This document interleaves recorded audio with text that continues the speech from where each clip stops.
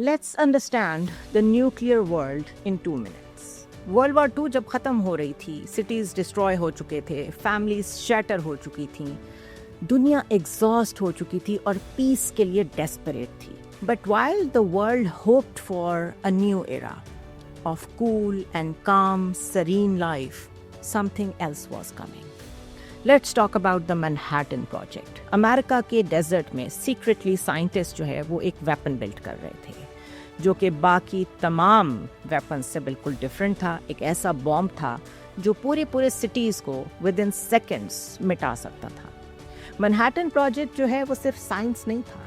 It was a dangerous culmination of science into technology. Pearl Harbor वो turning point था जब American जो कभी भी वर्ल्ड वॉर 2 का हिस्सा बनना नहीं चाहते थे, उनके ऊपर जब अटैक हुआ one fine Sunday morning in 1941, Japanese fighter planes ने पर्ल हार्बर पे अटैक किया and thousands of Americans died. इस अटैक ने यूएस की जो हेजिटेशन थी to join the world war 2 उसको ख़त्म कर दिया और यूं अमेरिका एलाइड फोर्सेस के साथ मिलके एक हिस्सा बन गया वर्ल्ड वॉर 2 का और उसने डिसाइड किया कि वो एक डेवास्टेटिंग जवाब देगा जापान को.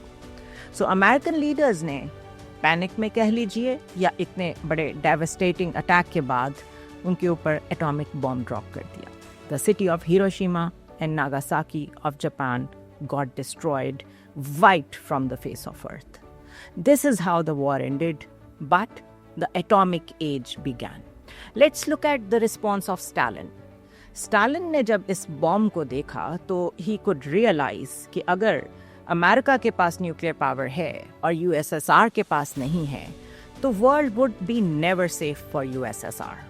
सो उसने अपना कंट्रोल ईस्टर्न यूरोप के ब्लॉक्स में टाइट किया, उसको बफर जोन में क्रिएट किया और साथ अपने स्पाइज और साइंटिस्ट को बॉम्ब क्रिएट करने का कहा. 1949 सोवियत यूनियन ने अपना पहला एटॉमिक बॉम्ब टेस्ट किया और इस तरह दुनिया में 2 सुपर पावर्स वजूद में आई. The very concept of super power that they have the nuclear bombs, 2 ideologies, 2 bombs, 0 trust. This was the birth of the bipolar world. और इसको आप बिल्कुल epic beginning of Cold War भी कह सकते हैं. And this fear is still shaping today's geopolitics.